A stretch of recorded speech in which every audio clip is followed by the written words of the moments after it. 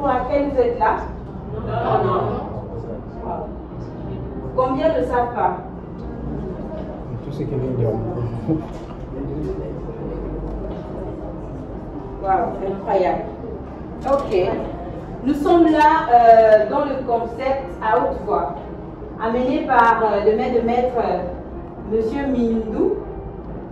Glenn, tu peux lever ta main parce qu'apparemment. Voilà. C'est le concept que Glenn a mis en place, avec pour objectif de stimuler en nous des nouvelles idées, une nouvelle manière de penser, une nouvelle manière de voir et susciter d'autres vocations. Que chacun ne sorte pas de l'IPS avec la mentalité d'employé. Que vous ne sortez pas d'ici avec cette dynamique, en fait, je vais aller déposer le dossier chez tantine tel, chez tonton tel, au ministère tel. Il paraît que là-bas on reçoit les gens. En fait, à haute voix est là pour vous faire croire qu'en réalité, vous pouvez être patron. Et que vous avez le droit de rêver et le droit de nourrir cette idée dès le banc de l'école. Parce que si vous vous positionnez en employé, vous allez vous faire mal, et très mal. Autant que nous sommes des entreprises. Et nous devons avoir cette mentalité. Nous devons continuer nos études avec la mentalité de devenir demain nos propres patrons. C'est la raison pour laquelle j'ai accepté de vous entretenir sur le thème, prendre le risque ou saisir sa chance. Mon intervention aura 3 objectifs. C'est celui de vous aider à identifier consciemment vos qualités et vos défauts. Je précise, consciemment vos qualités et vos défauts. Et l'autre, ce que vous soyez, chacun ici, capable de vous assumer. Et le 3e objectif, c'est de permettre à chacun de vous de passer à l'action de manière immédiate. Je me suis inspirée d'une citation qui est de Vladimir Wolf-Gozi, qui dit ceci: vivre prudemment sans risque, c'est risquer de ne pas vivre.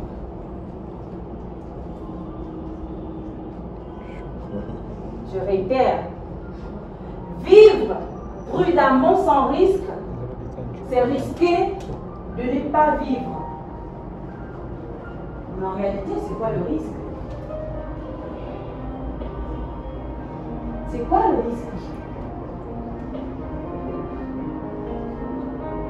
Qu'est-ce qui fait tant peur? Qu'est-ce qui nous fait hésiter? Qu'est-ce qui nous fait douter? Qu'est-ce qui nous fait réfléchir?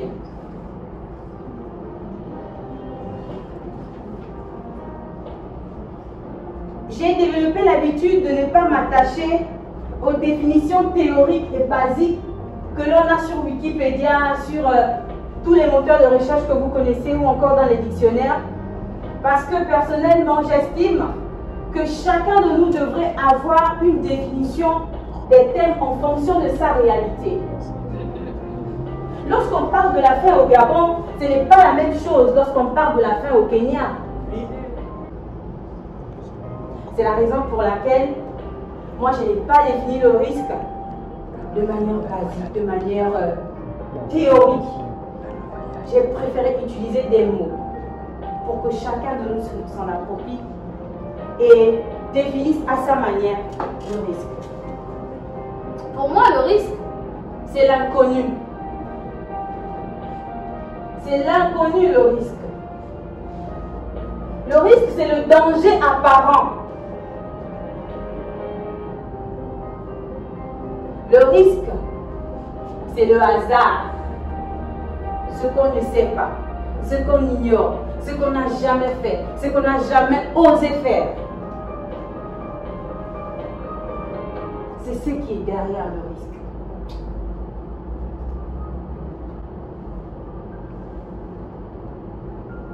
Aujourd'hui, Je ne vais pas faire l'apologie du risque,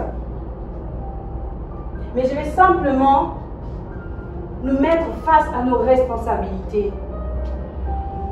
Parce que nous devons apprendre que toutes les fois qu'on doute, toutes les fois qu'on remet à demain, toutes les fois qu'on s'endort sur un projet, une idée, en fait, on tue un petit peu notre potentiel. On l'endort.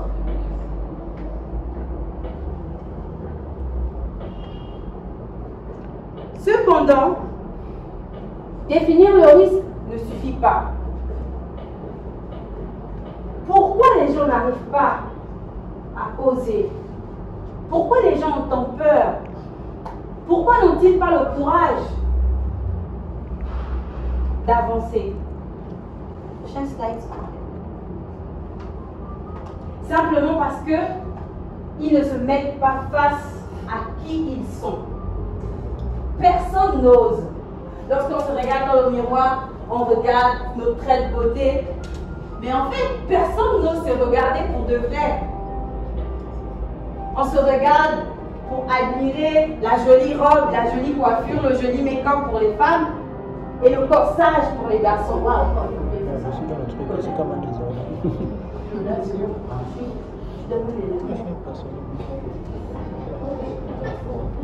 Voilà, je suis en forme. Mais en fait, le miroir n'est pas là que pour nous montrer nos traits physiques. Ce n'est pas ça le premier but pour lequel le miroir a été créé. Notre véritable miroir, c'est lorsqu'on se met face à nous-mêmes, face à nos responsabilités, face à qui nous sommes pour de vrai. Loin des autres, loin de la société, seul dans sa chambre.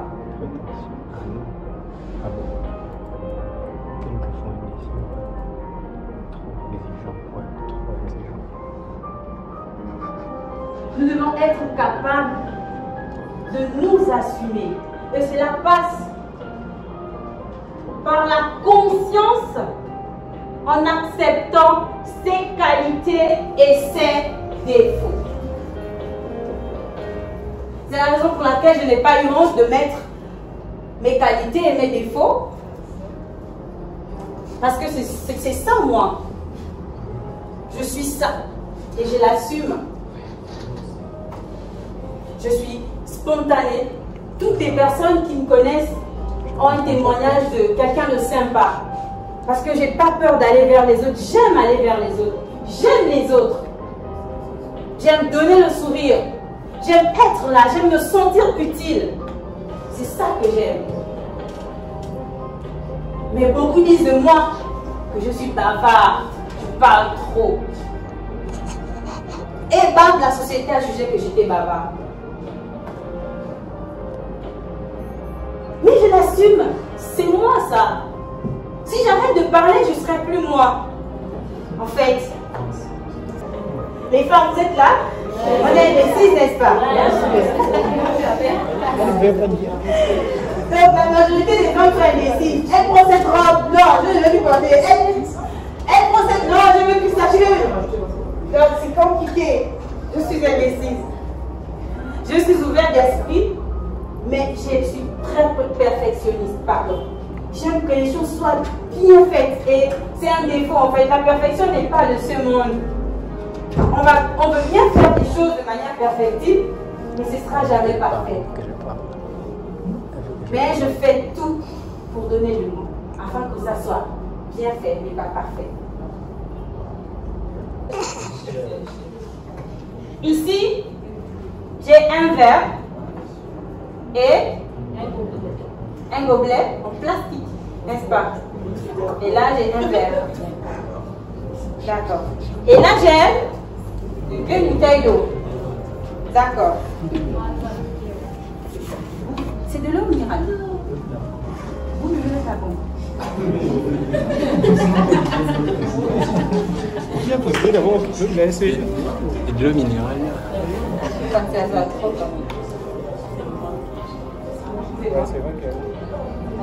Allez-y. Y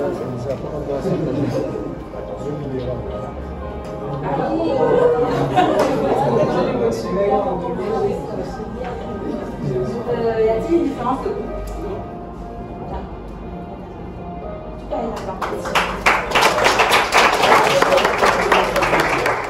Certainement, vous êtes en train de poser la question.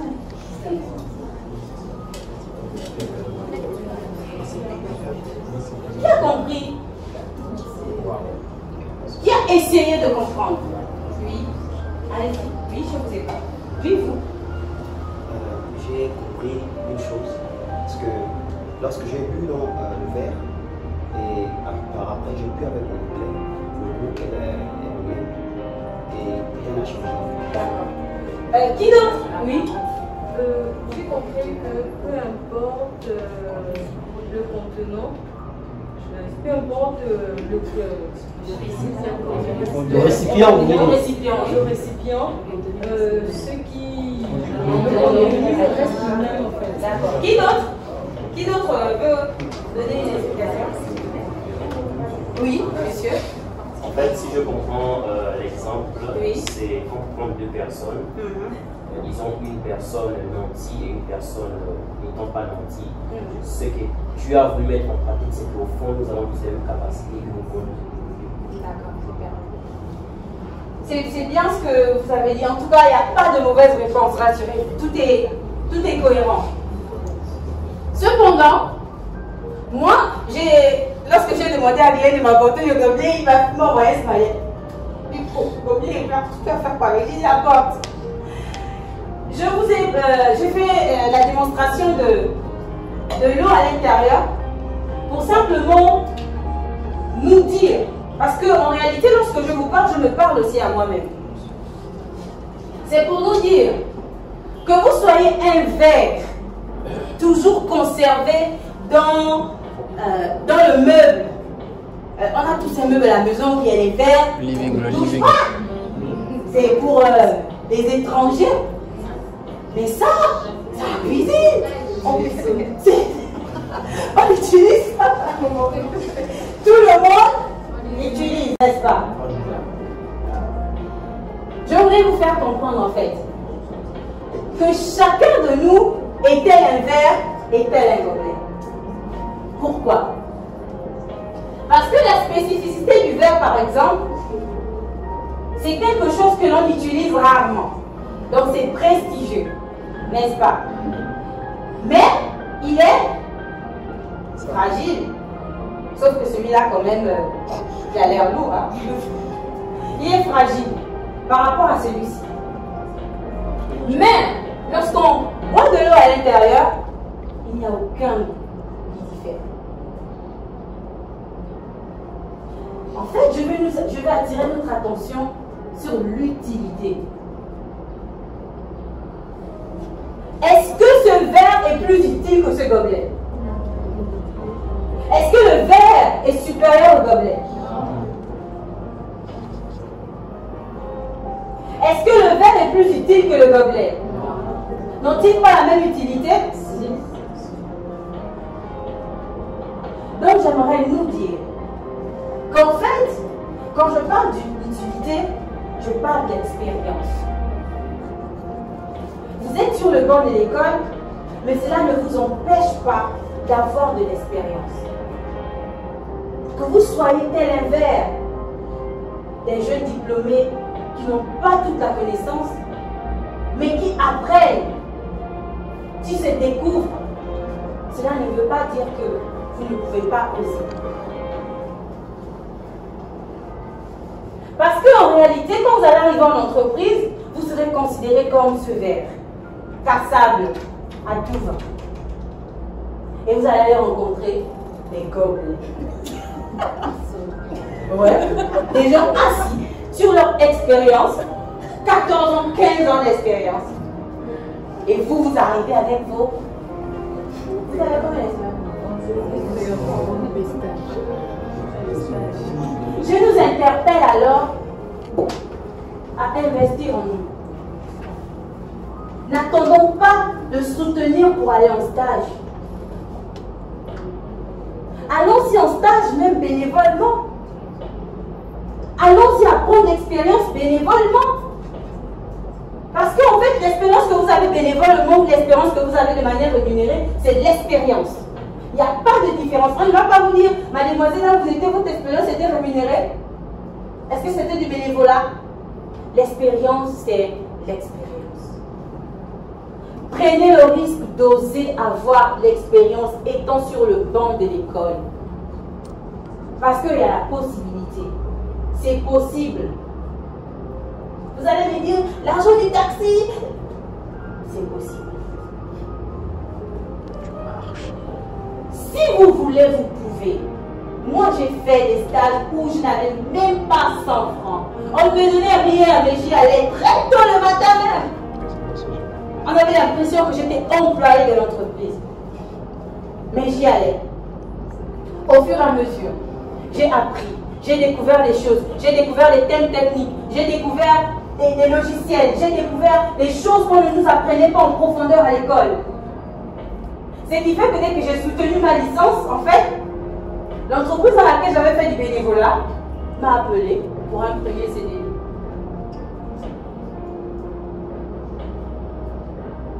Mais j'y allais, pourtant on payait tout le monde, mais moi non. C'était la politique de l'entreprise. Donc si vous vous asseyez sur vos lauriers, vous ne voulez pas essayer, vous ne voulez pas prendre de risques, vous attendez tout, vous attendez le grand jour de la soutenance pour chercher votre stage, vous allez passer à côté. Parce que là où vous allez en stage gratuitement, vous allez rencontrer des gens. Vous allez rencontrer des gens qui sont capables de changer votre vie.